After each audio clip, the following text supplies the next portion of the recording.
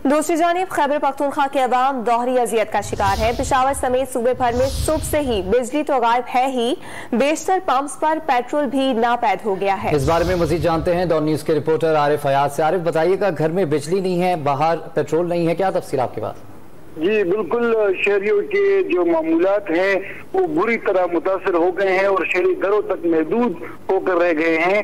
एक तरफ पेशावर नहीं बल्कि पूरे खैबर पख्तूनख्वा में सुबह से बिजली गायब है और बेशतर इलाकों में अभी तक बिजली बहाल नहीं हो सकी है, जबकि पेट्रोल पंपों पर पेट्रोल नायाब हुआ है क्योंकि गाड़ी में पेट्रोल डालने का जो पूरा अमल है ये बिजली से होता है और बिजली सुबह से यहाँ पर है ही नहीं। बेशतर पंपों में जनरेटर लगाकर लोगों को पेट्रोल डलवाए गए, लेकिन तवील ब्रेकडाउन के बाद जनरेटर ने भी काम करना छोड़ दिया है और हम पेशावर में देख रहे हैं कि मेन शाहराहों पर जो पेट्रोल पंप हैं वो तमाम के तमाम बंद हो गए हैं।